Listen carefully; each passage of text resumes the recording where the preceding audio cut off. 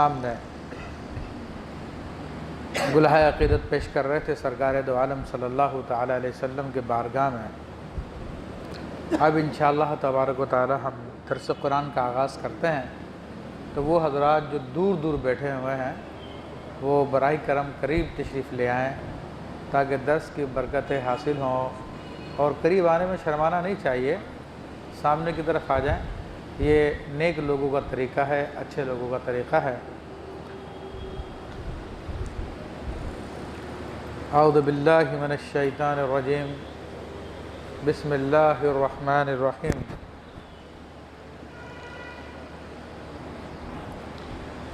قال اللہ تبارک و تعالی فی کلامہ المجید والفرقان الحمید، بسم اللہ الرحمن الرحیم۔ یا ایہا الذین آمنوا لا تأکلوا الربا اضعافا مضاعفہ واتقوا اللہ لعلکم تفلحون، صدق اللہ العظیم وصدق رسولہ النبی الکریم ونحن علی ذلک لمن الشاہدین والشاکرین والحمد للہ رب العالمین۔ مولاي صل وسلم دائما ابدا علی حبیبک خیر الخلق کلہم۔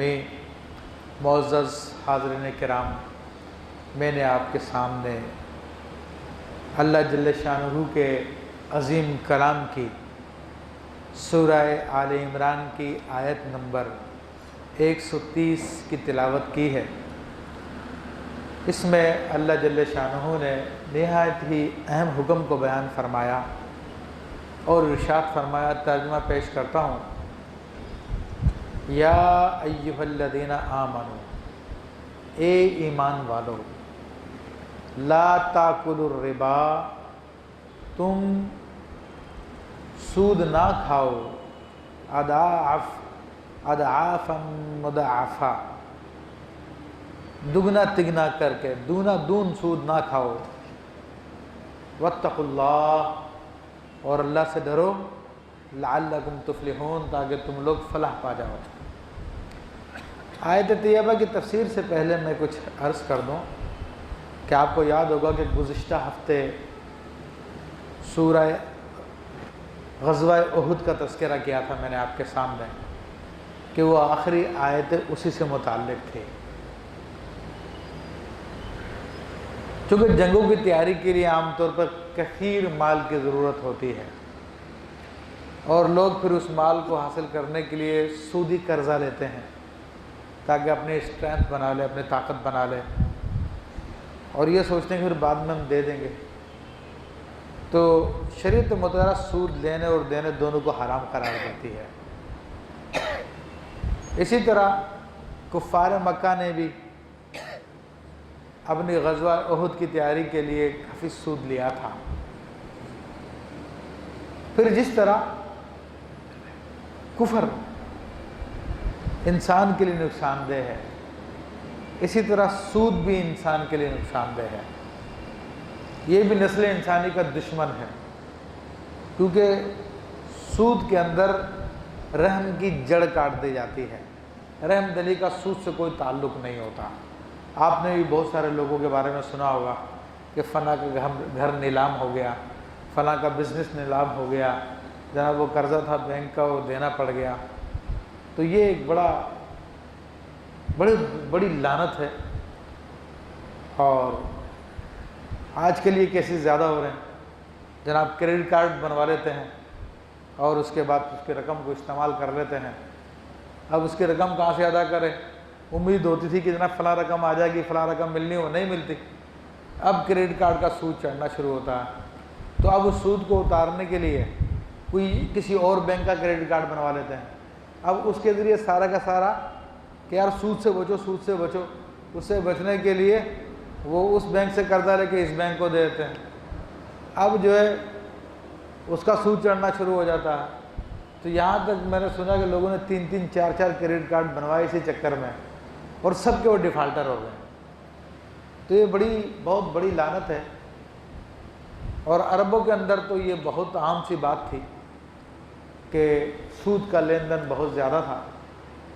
ان کے یہاں پہ سلسلہ ہوا کرتا تھا کہ جب کوئی کسی کو سود دے دیا کرتا تھا، مثلا اب کسی کو مہینے کے لیے سود دیا، بالفرض 10,000 روپے دی ہے،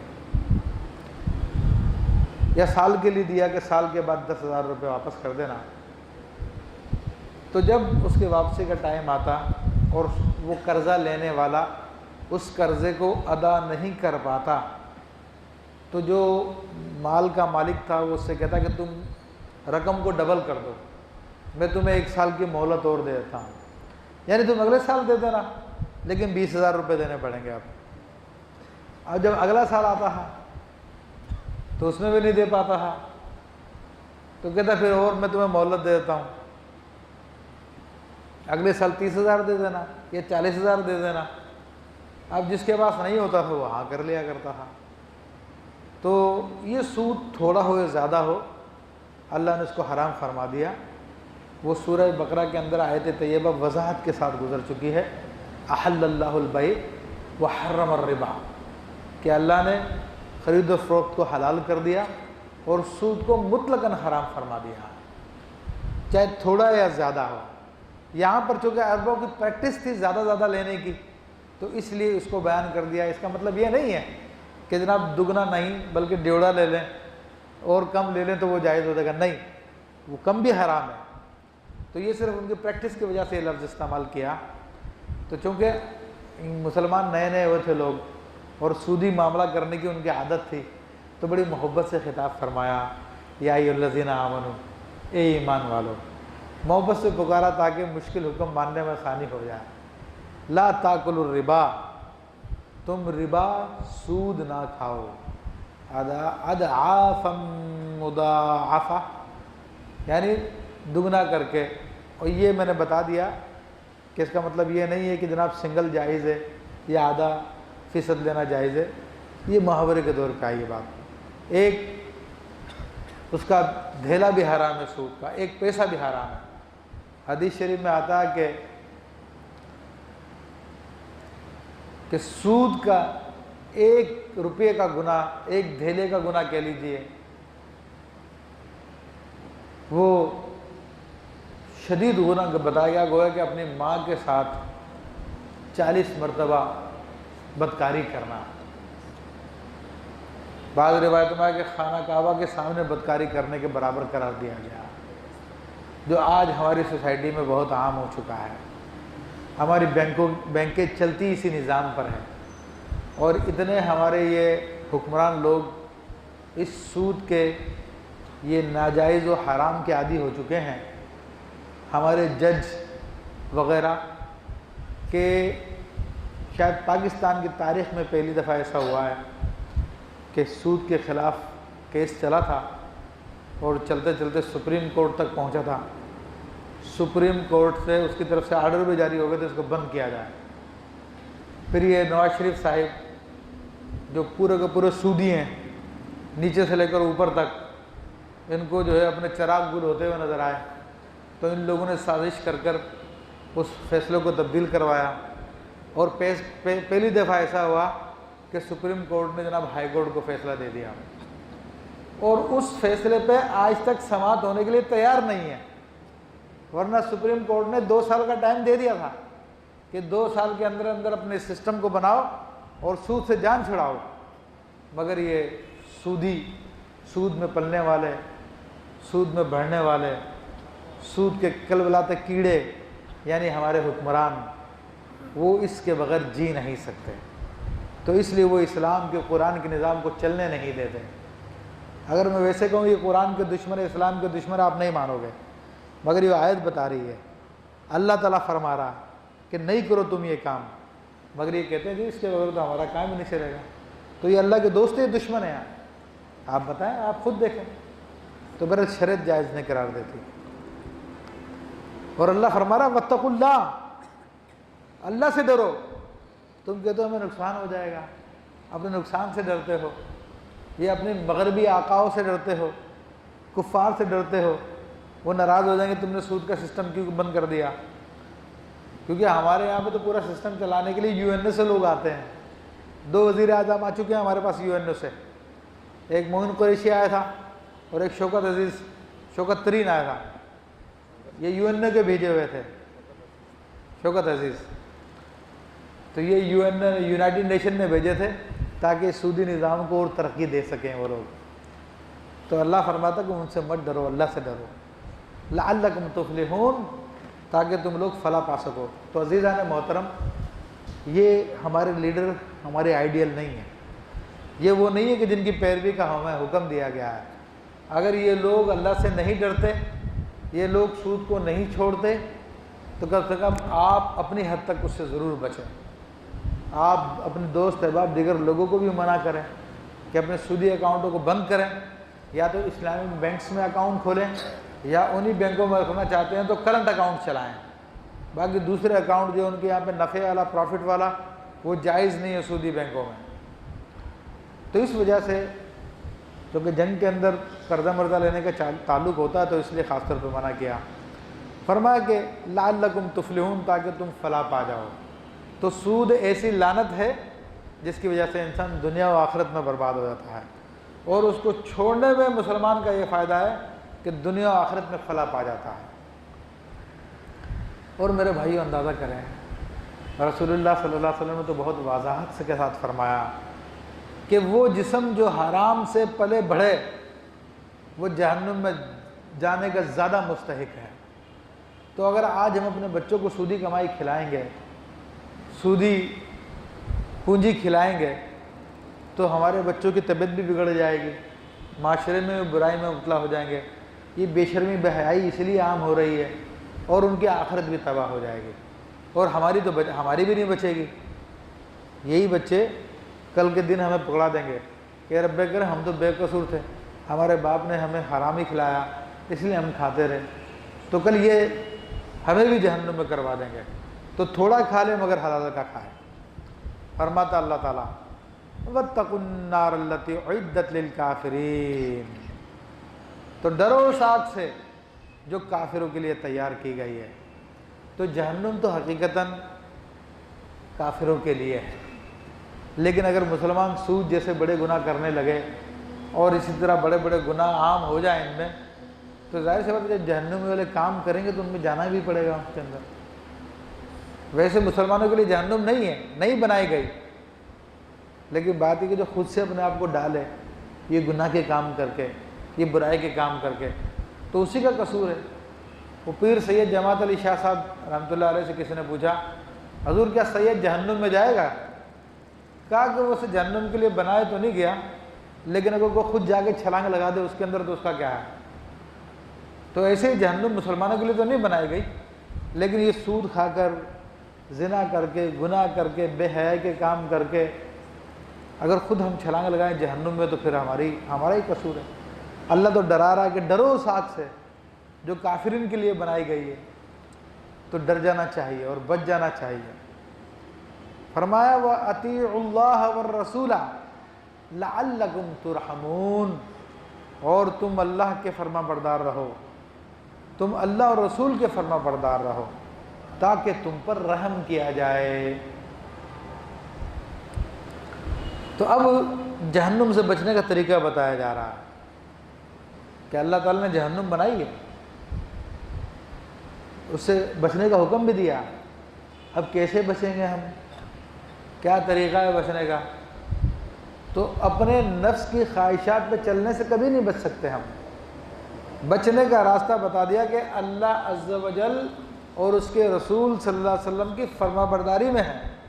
اگر ہم یہ کام کریں گے تو ہم جہنم سے بچ جائیں گے، ورنہ ہمیں جہنم سے کوئی چیز نہیں بچا سکتی. دوسری اہم بات یہ کہ دیکھیں اللہ نے فرمایا کہ تم اطاعت کرو اللہ کی اور رسول کی. یہ نہیں فرمایا کہ تم اطاعت کرو اللہ کی اور اطاعت کرو رسول کی، بلکہ فرمایا کہ اللہ رسول کی اطاعت کرو. تو بتا دیا کہ جو اہمیت اللہ کے حکم کی وہی اہمیت رسول کے حکم کی ہے. تم رسول کے حکم کو اللہ کے رسول سے الگ مت کرو. اور بات یہ ہے کہ جو رسول کا حکم ہے وہ اللہ کا حکم ہے، اور جو اللہ کا حکم ہے وہ رسول کا حکم ہے. کیوں؟ اللہ کے جتنے بھی حکم ہیں ہمیں رسول کے ذریعے ملے ہیں. کیا رسول کے بغیر کوئی ملا حکم؟ تو اللہ کے جتنے بھی حکم ہیں وہ رسول کے حکم ہوئے کہ رسول کے ذریعے سے آ رہے ہیں. اور جو رسول علیہ السلام فرما رہے ہیں وہ اللہ کے کیوں ہیں؟ وہ اس لیے کہ اللہ فرماتا ہے وما ينطق عن الهوى، یہ ہمارے حبیب علیہ الصلوۃ والسلام اپنی خواہش سے کچھ نہیں بولتے، ان ہوا الا وحی یوحیٰ، وہ تو وحی ہوتی ہے جو ان پہ کی جاتی ہے۔ تو حضور جو فرما رہے ہیں وہ بھی اللہ کا، اللہ جو فرما رہے ہیں وہ حضور کا۔ تو اس لیے اس معاملے میں فرق نہیں کرنا، کوئی بولے کہ نہیں جی یہ تو اللہ نے منع نہیں کیا، یہ تو حضور نے منع کیا، تو اس بنیاد پہ ایک فرقہ پورا کا پورا وجود میں آ چکا ہے جس کو کہتے ہیں منکر حدیث، پرویزی فرقہ کہلاتا ہے پہلے وہ، تو اب تو بڑا بدنام ہو گیا ہے وہ، تو اس لیے نام بدل بدل کے مختلف ہیلو بہانوں سے آتا ہے وہ، کبھی پروفیسر کے روپ میں آتا ہے تو کبھی ملا مولوی کے روپ میں آتا ہے، کبھی ڈاکٹر کے روپ میں آتا ہے، عام طور پہ یہ روپ ان کے ہوتے ہیں، ڈاکٹر، پروفیسر، ملا مولوی کے روپ میں کم ہی آتے ہیں۔ تو یہ یونیورسٹیز میں، کالجز میں یہ جنس پائی جاتی ہے، جو اپنے آپ کو دین سے آزاد کرنا چاہتی ہے وہ یہ کام کر رہے ہوتے ہیں۔ تو بھائی اللہ نے فرما دیا دونوں کی اطاعت کرو گے تو ان پر رحم کیا جائے گا، خالی اللہ کی مانو گے تب بھی نہیں کیا جائے گا، اور قرآن کو چھوڑو گے تب بھی نہیں کیا جائے گا رحم۔ اب اللہ کی اطاعت کس طرح کی جاتی ہے؟ پہلے تو بات تھی سود سے بچو اور جہنم سے بچو، تو بتا دیا جہنم سے بچنے کا طریقہ یہ ہے کہ تم اللہ کی اطاعت کرو، اس کے رسول کی اطاعت کرو۔ اب اللہ رسول کی اطاعت کس طرح کی جائے گی اب یہ بتایا جا رہا ہے۔ وَسَارِعُوا إِلَى مَغْفِرَةٍ مِّن رَّبِّكُمْ وَجَنَّةٍ أَرْضُهَا السَّمَاوَاتُ وَالْأَرْضُ أُعِدَّتْ لِلْمُتَّقِينَ، اور دوڑ پڑو اپنے رب کی مغفرت کی طرف اور جنت کی طرف کہ جس کی چوڑائی آسمانوں اور زمینوں کے برابر ہے، جو متقی لوگوں کے لیے تیار کی گئی ہے۔ اب دیکھیے بتایا جا رہا ہے کہ رسول کی اور اللہ کی اطاعت کس طرح سے ہوگی۔ ساریو مطلب دوڑو، بھاگو، جلدی کرو، کس کام میں؟ الی مغفرۃ من ربکم، اپنے رب کی مغفرت کی طرف میں، اپنے رب کی مغفرت کو لینے کے لیے، اپنے رب کی مغفرت کی تلاش میں تم جلدی کرو۔ تو یہ فرما دیا کہ تم جلدی کرو اور دوڑو رب کی مغفرت کی طرف اور جنت کی طرف۔ تو عزیزان محترم، ہر حال میں ہمیں اللہ تعالیٰ سے مغفرت طلب کرتے رہنا چاہیے اور مغفرت کے لیے کوشش کرتے رہنا چاہیے، کیونکہ وہ ذات مبارکہ جو سید المعصومین ہے، جو تمام معصوموں کے سردار ہیں، جن سے نہ کبھی گناہ سرزد ہوا اور نہ کبھی ہو سکتا تھا نہ کبھی ہوگا، وہ ذات مبارکہ یعنی رسول اللہ صلی اللہ علیہ وسلم کی ذات، جن کی حفاظت اللہ تعالیٰ فرماتا ہے، وہ ذات مبارکہ جن کا کوئی گناہ نہیں تھا، وہ ذات مبارکہ جن کے بارے میں ان کے رب نے فرمایا کہ ہم نے آپ کی وجہ سے آپ کے اگلوں کے پچھلوں کے گناہ معاف کر دیے ہیں، اس ذات مبارکہ کا کیا معاملہ تھا؟ وہ ذات مبارکہ ایک دن میں ایک روایت کے مطابق 70 مرتبہ استغفار کرتی تھی اور ایک روایت کے مطابق 100 مرتبہ استغفار کیا کرتی تھی، یعنی حبیب علیہ الصلوۃ والسلام تمام تر گناہوں سے پاک ہونے کے باوجود۔ تو اب اندازہ کر لیجیے ہمیں تو حکم دیا جا رہا ہے دوڑ پڑو مغفرت کی طرف، تو ہمیں کتنا استغفار کرنا چاہیے خود اپنے آپ سے پوچھ لیجیے۔ ہمارا تو ہر لمحہ استغفار میں گزارنا چاہیے، اور اس سے مراد کیا ہے کہ مغفرت کی طرف دوڑ پڑو، اس سے مراد یہ ہے ان اعمال کی طرف دوڑ پڑو جس سے تمہیں مغفرت حاصل ہوتی ہے۔ نماز کی طرف دوڑ پڑو، با جماعت نماز کی طرف دوڑ پڑو، صدقے کی طرف دوڑ پڑو، روزے کی طرف دوڑ پڑو، حسن سلوک کی طرف دوڑ پڑو، ماں باپ کی اطاعت کی طرف دوڑ پڑو، حسن اخلاق کی طرف دوڑ پڑو، تمام بھلائی کے کاموں کی طرف دوڑ پڑو۔ اس سے مراد یہ ہے وہ جنت، اور جب تم ان کاموں کی طرف دوڑو گے تو گویا تمہاری دوڑ جنت کی طرف لگ جائے گی، اور اس جنت کی طرف دوڑ پڑو کہ جس کی چوڑائی آسمانوں اور زمینوں کے برابر ہے۔ آپ کو معلوم ہے ایک چیز کی، کسی بھی چیز میں 3 ایسپیکٹس ہوتے ہیں، یا جو بھی ماس ہے اس کے اندر 3 باتیں پائی جاتی ہے، لینتھ، وڈتھ، ڈیپتھ، یعنی اس کی لمبائی، چوڑائی، گہرائی۔ کوئی بھی میٹیریل چیز ہوگی، ماس ہوگا، تو اس کے اندر یہ تینوں چیزیں پائی جائے گی۔ اور یہ ہمارا ایکسپیرینس ہے کہ عام طور پر چیزوں کی لینتھ زیادہ ہوتی ہے اور اس کی وڈتھ یا چوڑائی کم ہوتی ہے، یہ عام طور پہ ایسا ہوتا ہے، ہمیشہ نہیں ہوتا۔ اب جنت کی بات ہو رہی ہے، اللہ تعالیٰ اس کی چوڑائی کے بارے میں فرما رہا ہے کہ زمین و آسمانوں کے برابر ہے، تو اس کی لمبائی کتنی ہوگی اندازہ کریں۔ اب اندازہ کیجیے اللہ تعالیٰ کیا فرما رہا ہے۔ نبی علیہ السلام نے ہرقل روم یعنی ہرکولیس کو اسلام کی دعوت دی، تو اس نے آپ نے یہ آیت بھیجی اس کو کہ بھائی اپنے رب کی مغفرت کی طرف دوڑ پڑو اور اس جنت کی طرف دوڑ پڑو کہ جس کی چوڑائی زمین و آسمانوں کے برابر ہے۔ تو اس نے سوال لکھ کے بھیجا کہ حضور آپ فرما رہے ہیں کہ جنت کی چوڑائی اتنی ہے جو زمین و آسمانوں کے برابر ہے، پھر جہنم کہاں ہوگی؟ جب زمین و آسمانوں جتنی جگہ تو جب جنت کی چوڑائی نے گھیر لی تو اب جہنم کہاں ہوگی؟ تو حضور علیہ السلام نے مسکرا کے اس کو جواب بھجوایا کہ جب رات آتی ہے تو دن کہاں چلا جاتا ہے؟ رات بھی تو پوری دنیا میں چھا جاتی ہے، دن کہاں چلا جاتا ہے؟ زمین و آسمانوں کی چوڑائی کے برابر ہو جاتی ہے رات بھی، تو دن دوسرے حصے کی طرف ہوتا ہے۔ تو ایسی جنت کی جب چوڑائی اتنی ہے تو اس کے نیچے یا اس کے پیچھے جہنم ہے، اتنی سی بات ہے۔ تو یہ اللہ تبارک و تعالیٰ نے جنت کی صفت بتائی، مگر کس کے لیے وہ جنت؟ عدت للمتقین، یہ تقویٰ کرنے والوں کے لیے تیار کی گئی ہے۔ تقویٰ کرنے سے کیا مراد ہے؟ اللہ تعالیٰ سے ڈرنا۔ اللہ سے ڈرا کس طرح جاتا ہے؟ اب اس کی تفصیل آگے آ رہی ہے۔ اللہ سے ڈرنے کی تفصیل آگے آ رہی ہے۔ یہ پوری لاجیکلی اسٹائل میں چل رہا سب کچھ کہ جہنم سے بچو۔ وہ کس طرح بچیں گے؟ اللہ رسول کی اطاعت کر کے۔ اللہ رسول کی اطاعت کیسے ہوگی؟ فرمایا کہ جنت کی مغفرت کی طرف، مغفرت والے کاموں کی طرف دوڑ لگا دو، جنت کے حصول کے لیے کوشش شروع کر دو جو کہ متقیوں کے لیے تیار کی گئی ہے۔ اب متقی کون ہوتے ہیں اس کا بیان آ رہا ہے، اور یہ بڑی زبردست آیت ہے میرے بھائیوں۔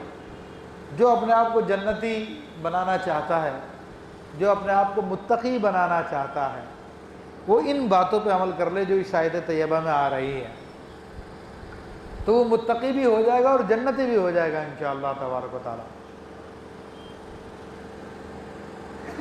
الذین ينفقون فی السراء والضراء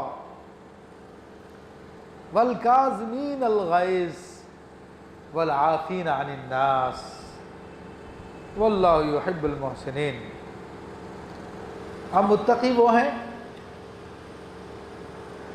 جو خرچ کرتے ہیں، الذین ينفقون، جو اپنے مال کو خرچ کرتے ہیں، فی السراء، خوشی میں، والضراء، غم میں، یعنی خوشی کے موقع بھی خرچ کرتے ہیں، غم کے موقع بھی خرچ کرتے ہیں۔ اب پہلے سے ان کی وضاحت ہو جائے، لیکن نا انفاق فی سبیل اللہ یعنی اللہ کی راہ میں خرچ کرنا، تو یہ اللہ تبارک و تعالیٰ کو بڑا پسند ہے، اور اللہ تبارک و تعالیٰ ان لوگوں کو محبوب رکھتا ہے جو اللہ تعالیٰ کی راہ میں وقتاً فوقتاً خرچ کرتے رہتے ہیں، اور یہ بہت کم لوگوں کو نصیب ہوتا ہے، ورنہ عموماً انسان اپنے مال کا بڑا حریص ہے اور مال کو جمع کرتا رہتا ہے۔ بہت سارا مال جمع ہو جائے پھر بھی کہتا بھی کم ہے، ابھی کم ہے، ابھی کم ہے، اور تھوڑا سا مال خرچ ہو جائے کہتا ابھی تو دیا تھا اللہ کی راہ میں نے، ابھی تو میں نے دیا تھا، ابھی تو دیا تھا۔ خوف پیدا ہوتا کہیں سارا مال ختم نہ ہو جائے، زیادہ دے دوں گا تو کہیں ختم نہ ہو جائے، تو کیونکہ یہ دل کو گندا کر دیتی ہے مال کی محبت، تو اس لیے اللہ تعالیٰ کو یہ بات پسند ہے کہ مال کو خرچ کیا جائے اس کی راہ میں۔ اور فی السراء، خوشی کے موقع پر، والضراء، غم کے موقع پر۔ دوسرا معنی کیا ہے؟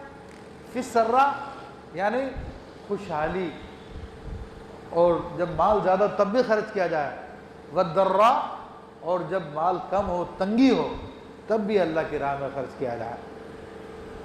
اب یہ بات تو واضح ہے کہ خوشی کے موقع پہ لوگ خرچ کرتے ہیں، اللہ تعالیٰ نے کوئی نعمت دی تو وہ اللہ کی راہ میں خیرات کرتے ہیں، ٹھیک ہے نا، ولیمے میں خرچ کرتے ہیں اور دیگر تقاریب میں خرچ کرتے ہیں، تو یہ اللہ کی راہ میں خرچ کرنا یہ ہوا خوشی کے موقع پر، اگر جائز طریقے سے کر رہے ہیں۔ لیکن وہ جو پٹاخے بجانے میں، آتش بازی کرنے میں اور ناچ گانوں کے اندر خرچ کرتے ہیں تو وہ اسراف ہے، وہ انفاق فی سبیل اللہ نہیں ہے۔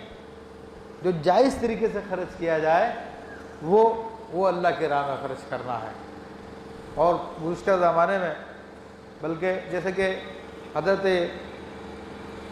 امام ابن حجر عسقلانی رحمۃ اللہ علیہ نے اپنی کتاب نخبۃ الفکر کی شرح نزہۃ النظر لکھی، تو آپ نے اس میں ایک بڑی عظیم دعوت کی لوگوں کی، اس خوشی میں کہ اللہ نے مجھ سے یہ شرح لکھوا لی ہے۔ امام اعظم ابو حنیفہ رحمۃ اللہ تعالیٰ علیہ کے بیٹے نے سورہ فاتحہ پڑھی تو آپ نے اس خوشی میں 500 درہم دے دیے قاری صاحب کو، حالانکہ 500 درہم بہت بڑی رقم ہوتی ہے اور اس زمانے کے حساب سے تو بہت بڑی رقم ہے۔ تو یہ سب کا سب اللہ کی راہ میں خرچ کرنا ہے۔ اور فرمایا غمی میں تو انسان کو غم ہوتا، کبھی تکلیف میں مبتلا ہوتا ہے، موت میت پہ خرچ کرتا ہے، جیسے میت کی ایثار ثواب کے لیے کھانا کھلاتا ہے، تو یہ غمی میں کھلانا ہے، تو یہ بھی جائز ہے، یہ بھی اللہ کو پسند ہے۔ ان لوگوں کو سبق لینا چاہیے جو کہتے ہیں جناب یہ تیجا 40واں یہ سب منع ہے۔ ہمیں میرے بھائی لوگ گناہ کر رہے ہیں، لوگ ناچ گانے کر رہے ہیں، لوگوں نے نمازیں چھوڑی ہوئی ہیں، تمہیں وہ دین نظر نہیں آ رہا کہ تم لوگوں کو اس کاموں کی تبلیغ کرو؟ تمہیں یہی بات ہے کہ تم لوگوں کو کنجوسی پہ مائل کرو؟ جو اللہ کی راہ میں خرچ کر رہے ہیں، غریبوں کے پہ خرچ کریں تو اس میں کیا حرج ہے؟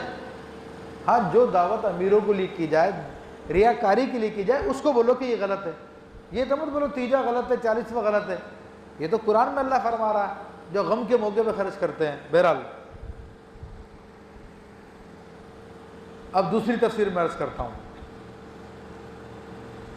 وہ یہ کہ خوشحالی میں خرچ کرتے ہیں، جب اللہ تعالیٰ ان کو مال زیادہ عطا فرماتا ہے تب بھی خرچ کرتے ہیں، جیسے سیدنا عثمان غنی رضی اللہ تعالیٰ عنہ اور دیگر صحابہ کرام جن کو اللہ نے مال دیا۔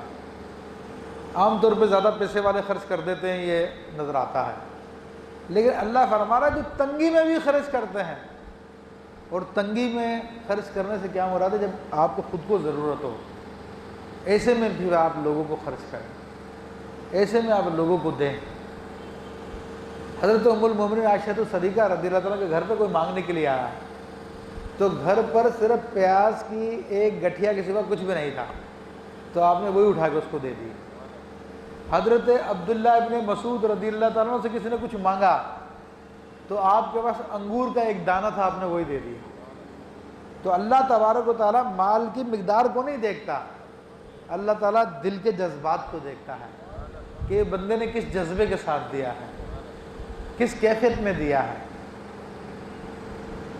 پھر جیسا کہ میں نے بتایا والضراء کی ایک تفسیر یہ غم میں بھی خرچ کرنا۔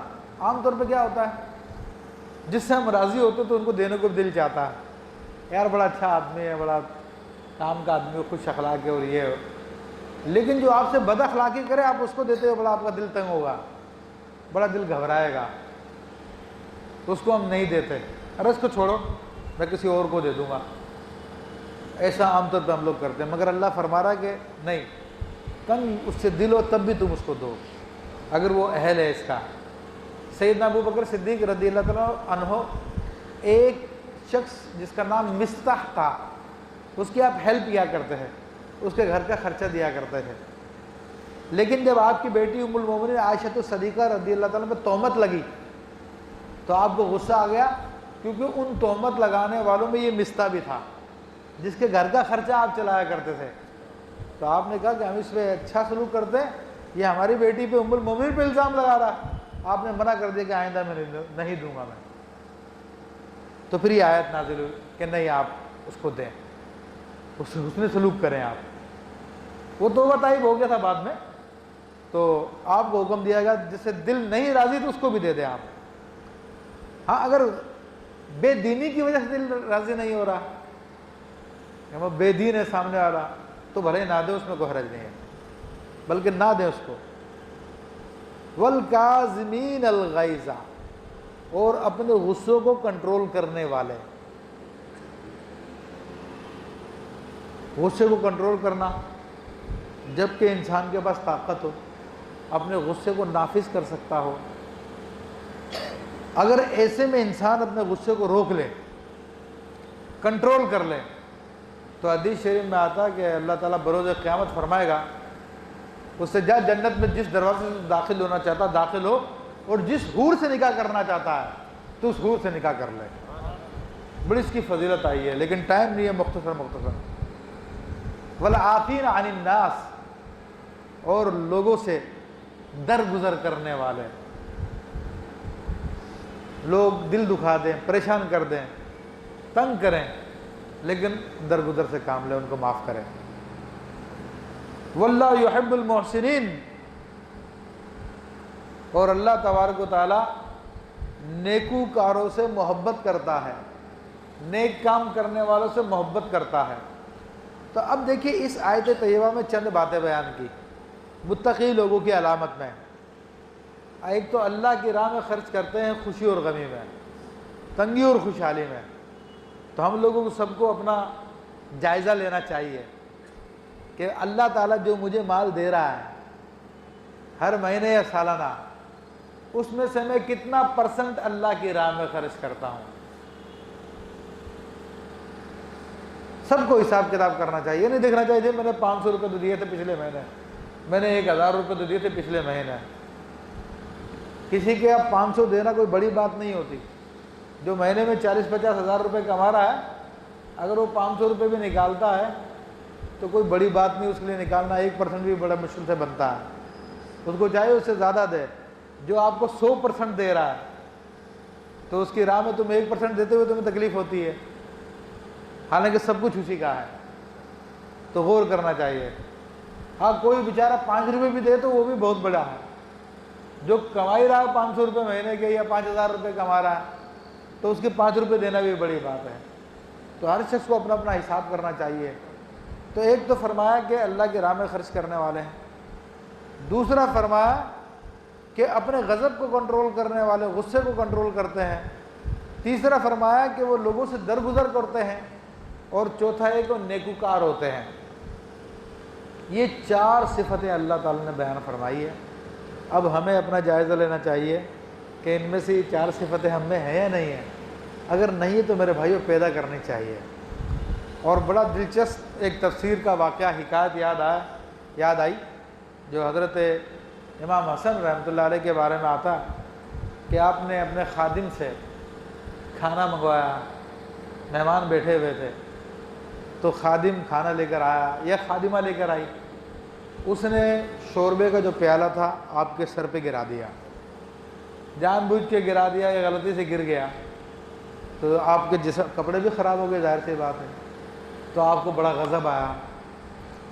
اب چونکہ وہ اہل بیت کے گھرانے کی باندھی تھی، قرآن مجید دن میں صبح شام پڑھا جاتا ہے، جو قرآن مجید کو جاننے والے لوگ ہیں، تو ان کے خادم بھی بڑے بڑے عالم تھے.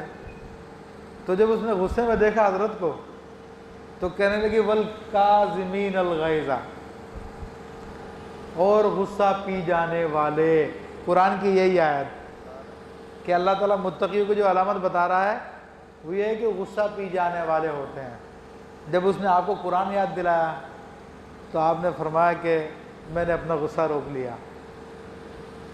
اب چونکہ عالمہ تھی، وہ بھی اہل بیت کی صحبت میں رہتی تھی، تو کہنے لگی والعافین عن الناس. آیت کا اگلا حصہ پڑھ دیا، اور لوگوں سے درگزر کرنے والے. آپ نے فرمایا جا میں نے تجھے معاف کیا. تو بڑی جاننے والی تھی وہ. تو اس نے پھر آیت کا اگلا حصہ پڑھا واللہ یحب المحسنین. تو آپ نے فرمایا جا میں نے تجھے آزاد کیا، بلکہ اس کو آزاد کر کر اس کی شادی اپنے ایک دوسرے غلام سے کرائی، اس کو بھی آزاد کر دیا، اور دونوں کی زندگی بھر کا خرچہ اپنے ذمہ لے لیا کہ جاؤ زندگی بھر کا خرچہ بھی میرا تم پر ہے۔ اب یہ ہوتے ہیں اہل اللہ میرے بھائیوں، پورے نہیں ایسے بن سکتے، تھوڑی بہت تو ان کی پیروی کرنی چاہیے، جتنی اللہ توفیق دے اتنی تو کرنی چاہیے۔ ہم تو اپنے رشتہ داروں کو بھی محروم رکھتے ہیں، غیروں کو کیا دیں گے ہم؟ اپنے عزیز و اقربا میں ضرورت مند ہوتے ہیں تو ان کے پائی پیسوں کا حساب کریں، ہاں چل تو رہا ان کا خرچہ، اس کو کیا ضرورت ہے اس کو دینے کی، سب کچھ تو ہے اس کے پاس۔ اپنے دل کی تنگی ہوتی ہے اور اس کو کہتے ہیں وہ سب کچھ چل رہا ہے اس کا، پھر بھی وہ باز نہیں آتے، تو اب یہ دل کی تنگی کی علامت ہے۔ وہ خرچہ چل رہا ہے، لیکن اگر اس خرچہ اور اس کا ہاتھ وسیع ہو جائے تو تمہیں کیا تکلیف ہو جائے گی؟ حالانکہ تمہاری مال میں کوئی کمی نہیں آئے گی، بلکہ تمہیں تو دینے کی وجہ سے اللہ تعالیٰ 10 گنا زیادہ کر دے گا۔ لیکن جو محروم رہتے ہیں تو ان کے دلوں میں یہ باتیں آ جاتی ہیں اور وہ منع کر دیتے ہیں، نہیں ہم نہیں دیتے کسی کو، بس وہ چل رہا اس کا خرچہ جی۔ بہرحال یہ علامتیں ہوئیں۔ اب میرے بھائیو ایک بات سمجھنے کی ہے، اگرچہ کہ ٹائم لگ رہا ہے لیکن بات بڑی اہم ہے۔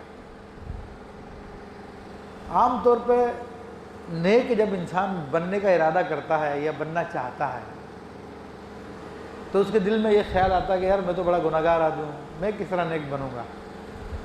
تو شیطان اس کے پھر دل میں کہتا چھوڑ چھوڑ چھوڑ، تو کیا نیک بنے گا؟ تو وہ توبہ نہیں کرتا، گناہوں میں لگا رہتا اور نیکیہ کی طرف نہیں آتا، بولے یار اکٹھا ہی کریں گے جو کچھ کرنا ہے۔ لیکن میرے بھائیو بات یہ ہے کہ گناہ اور ثواب دونوں ساتھ چلتے ہیں۔ انسان کتنا ہی نیک ہو جائے اس سے گناہ سرزد ہو سکتا ہے، ولایت کے مقام پر پہنچ جائے تب بھی اس سے گناہ سرزد ہو سکتا ہے۔ جو لوگ کہتے ہیں کہ جناب جو ولی اللہ ہو گیا اس سے گناہ ہو ہی نہیں سکتا، وہ لوگ گمراہ بددین ہیں۔ اہل سنت کے مطابق اولیاء کرام محفوظ ہیں، اور محفوظ کا مطلب یہ ہوتا ہے کہ ان سے گناہ ہو سکتا ہے، اور ہو جاتا ہے تو وہ فوراً توبہ کر لیتے ہیں، اپنے گناہ پہ اڑتے نہیں۔ تو گناہ سے رب کے کوئی نقصان نہیں ہوتا، ہمارے نیکی سے اس کو کوئی فائدہ نہیں ہوتا، مگر انسان کو گناہوں سے بچنا چاہیے اور نیکی کی کوشش کرتے رہنا چاہیے۔ لیکن یہ سمجھنا کہ جب تک میں گناہ بالکل نہ چھوڑ دوں تب تک میں نیک بن ہی نہیں سکتا، تو یہ بھی شیطان کا وسوسہ ہوتا ہے جو ہمیں گناہوں میں الجھائے رکھنے کے لیے ہمیں فلسفہ دیتا ہے۔ بات یہ کہ انسان سے گناہ ہو سکتا ہے مگر توبہ کے دروازے کھلے ہوئے ہیں۔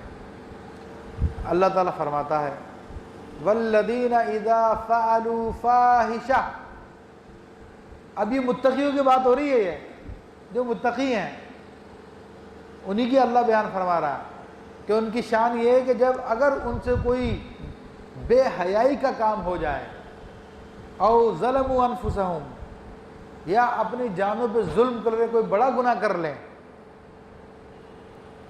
ذکر اللہ، اور پھر اللہ کو یاد کریں، فاستغفروا لذنوبہم، اور اللہ سے اپنے گناہوں کی توبہ طلب کریں، استغفار طلب کریں، وَمَن يَغْفِرُ الذُّنُوبَ إِلَّا اللَّهُ، اور اللہ کے سوا گناہ معاف کون کر سکتا ہے؟ اللہ ہی تو ہے جو گناہ معاف کر سکتا ہے۔ وَلَمْ يُصِرُّوا عَلَى مَا فَعَلُوا، اور جو گناہ ان سے سرزد ہو گیا اس پہ اڑ نہیں جاتے، ہڑ دھرمی نہیں کرتے، وَهُمْ يَعْلَمُونَ، یعنی جانتے بوجھتے اس پہ ہڑ دھرمی نہیں کرتے۔ تو اب یہ بھی نیک ہونے کی علامت ہے۔ یہ نہیں فرمایا کہ نیک وہ جس سے گناہ سرزد ہی نہ ہو، فرمایا کہ متقی وہ ہیں جن سے گناہ سرزد ہو جاتا ہے مگر اللہ کو یاد کرتے ہیں اور توبہ کر لیتے ہیں اور اپنے گناہوں پہ جان بوجھ کے اڑتے نہیں ہیں۔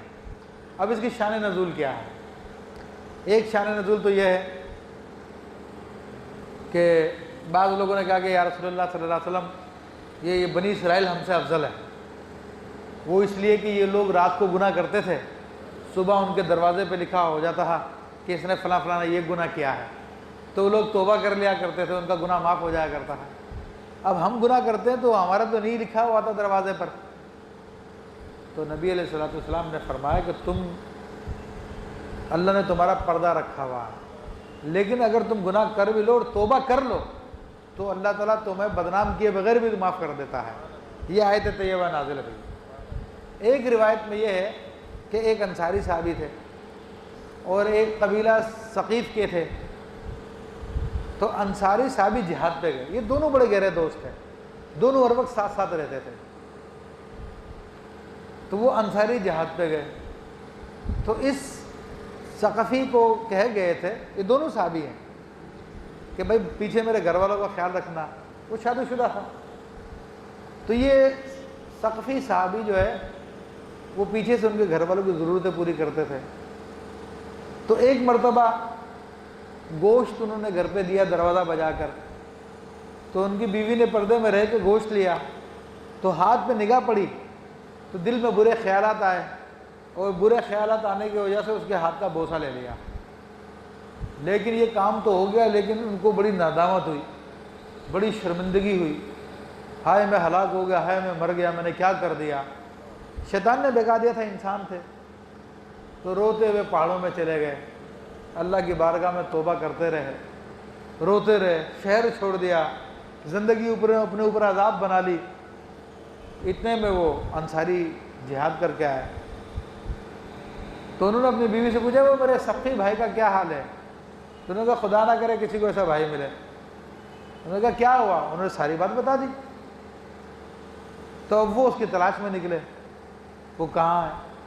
تلاش کرتے ہوئے پہاڑیوں میں گئے، تو پہاڑیوں میں ان کے رونے کی چلانے کی آوازیں آ رہی ہے، اے میرے اللہ میں نے اپنا برباد کر دیا، میں نے اپنی نیکیاں ضیاع کر دی، اے میرے رب تو مجھے معاف کر دے۔ اتنا زور زور سے رو رہے تھے۔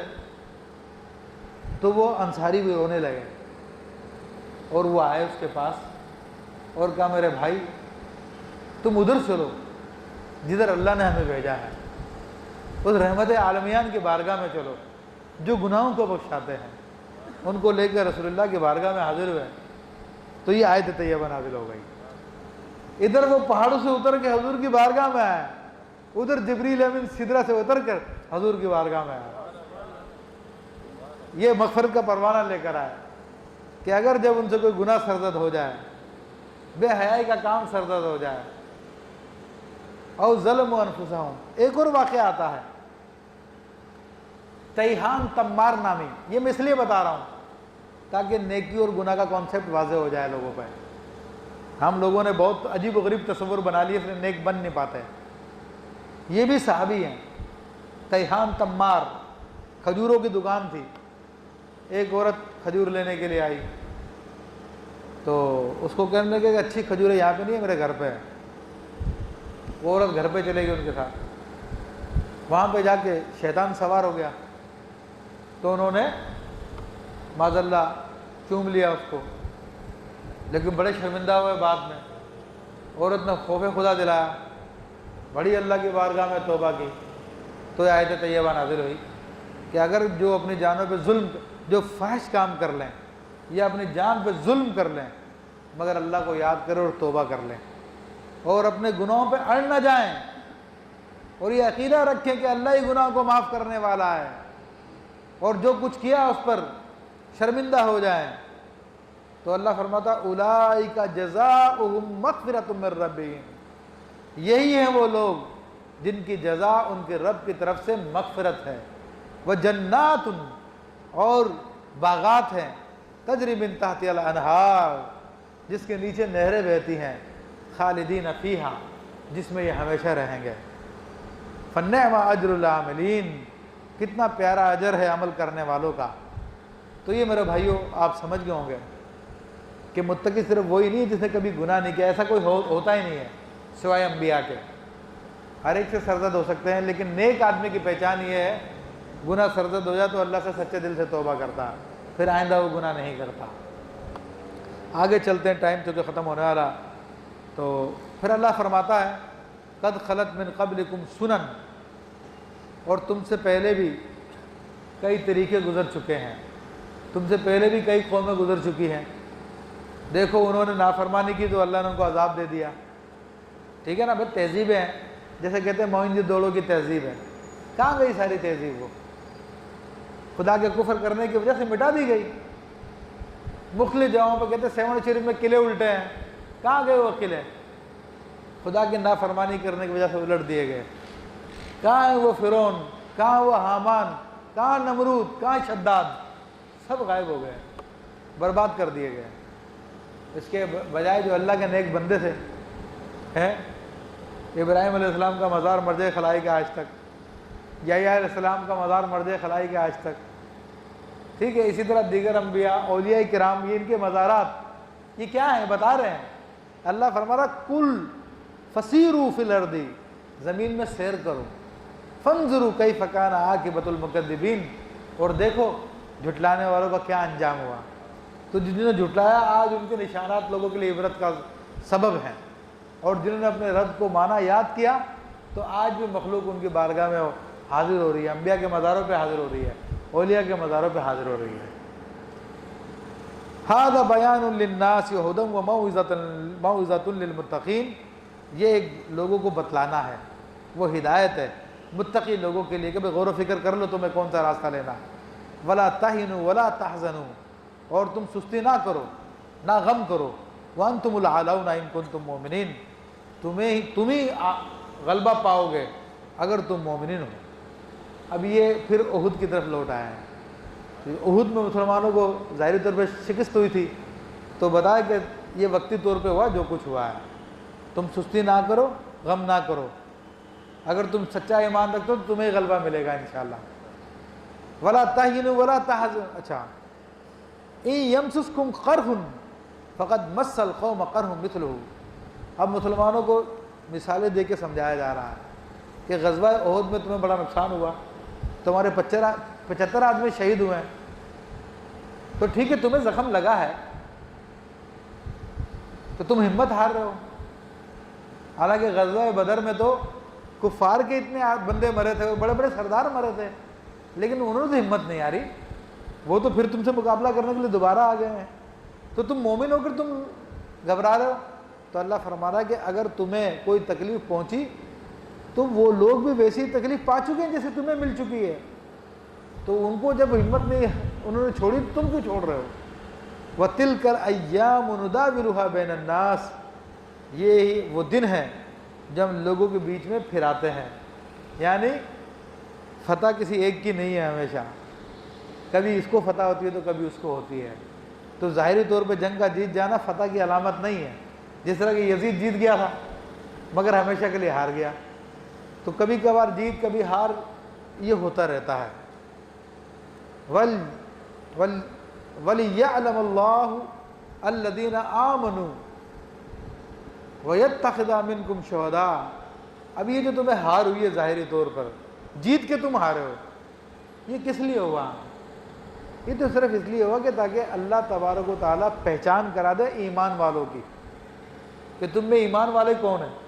اس غزوہ احد کی وجہ سے منافقین الگ ہو گئے تھے، منافقین بالکل ظاہر ہو گئے اور مومن بالکل ظاہر ہو گئے، تو اصل سبب یہ تھا۔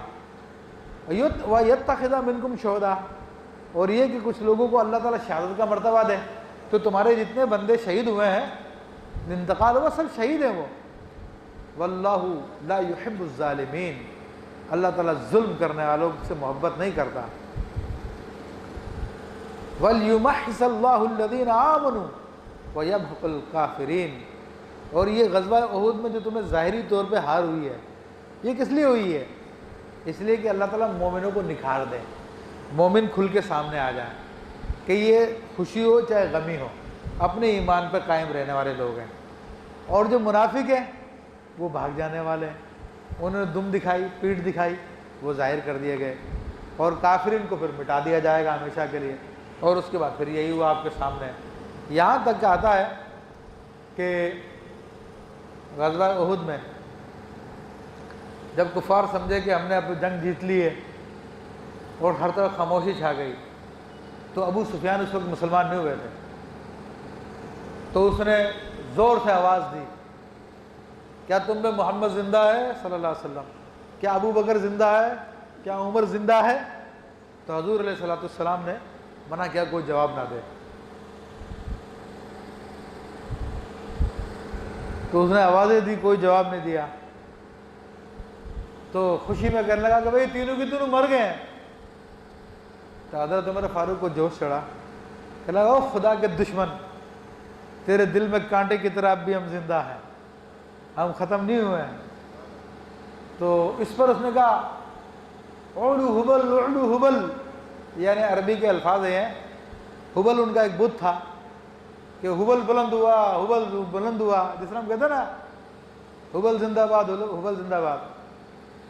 تو نبی کریم صلی اللہ تعالی وسلم نے فرمایا کہ تم اس کے جواب میں بولو۔ اس نے کہا اولو حبل اولو حبل۔ تو نبی علیہ السلام نے فرمایا اللہ اعظم و اللہ اجل، فرمایا کہ تم یہ جواب دو۔ اس طرح کے الفاظ فرمائے اسی کے وزن پر کہ اللہ بڑا ہے اور اللہ ہمیشہ رہنے والا۔ تو اس نے پھر جواب میں کیا، لنا عزا ولا عزا لکم۔ عزا ایک جنی تھی، ایک درخت تھا جس کی پوجا کرتے تھے، بت تھا۔ تو نے کہا ہماری تو مددگار عزا ہے، تمہاری کوئی عزا نہیں ہے۔ لنا عزا ولا عزا لکم۔ تو نبی علیہ السلام نے فرمایا تم کہو اللہ مولانا ولا مولا لکم، کہ اللہ ہمارا مددگار ہے، تمہارا کوئی والی وارث نہیں ہے۔ تو یہ ساری کی ساری باتیں ہوئی۔ تو اسی کو اللہ تعالیٰ نے یہاں پہ اشارتاً بیان کیا، فرماتا کہ ام حسبتم ان تدخلوا الجنۃ ولما یعلم اللہ الذین جاہدوا منکم ویعلم الصابرین، کیا تم گمان کرتے ہو تم ایسے ہی جنت میں داخل ہو جاؤ گے؟ ابھی تو اللہ نے تمہارے غازیوں کا امتحان نہیں لیا ہے اور نہ ہی تمہارے صبر کرنے والوں کا امتحان لیا، کیونکہ یہ امتحان ہوتا ہے۔ دنیا کی دولت حاصل کرنی ہوتی ہے تو بڑے پاپڑ بیلنے پڑتے ہیں جو کہ ختم ہو جانے والی ہے۔ ابے بھائی آخرت کی دولت حاصل کر رہے ہو، تم جنت کو حاصل کرنا چاہتے ہو تو اس کا بھی پھر کڑا امتحان ہوتا ہے۔ ایسے بیٹھے بیٹھے نہیں سب کچھ ہو جائے گا، امتحان دینا پڑتا ہے۔ وَلَقَدْ كُنْتُمْ تَمَنَّوْنَ الْمَوْتَ مِنْ قَبْلِ أَنْ تَلْقَوْهُ، اور بے شک تم پہلے موت کی تمنا کرتے تھے اس کے ملنے سے پہلے۔ یعنی پہلے صحابہ جو غزوہ احد کے بارے میں مشورہ ہوا تھا تو حضور نے تو فرمایا تھا اندر رہ کے لڑو، لیکن جوان تھے ہو کر سے نہیں باہر رہ کے لڑیں گے۔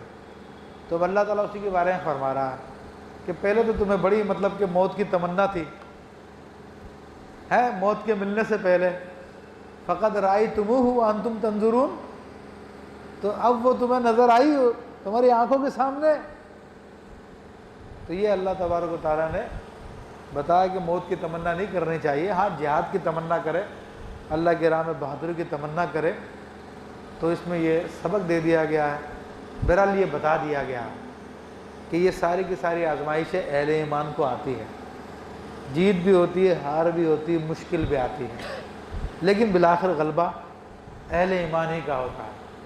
اور انشاءاللہ تبارک و تعالیٰ بالآخر دنیا میں اسلامی کا غلبہ ہوگا اور بالآخر مسلمانوں کا ہی غلبہ ہوگا۔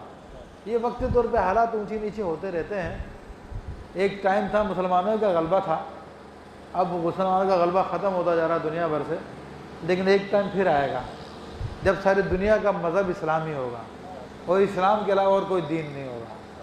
اللہ تبارک و تعالیٰ اسلام کی برکتیں ہمیں دکھائے، آمین بجاہ النبی الامین۔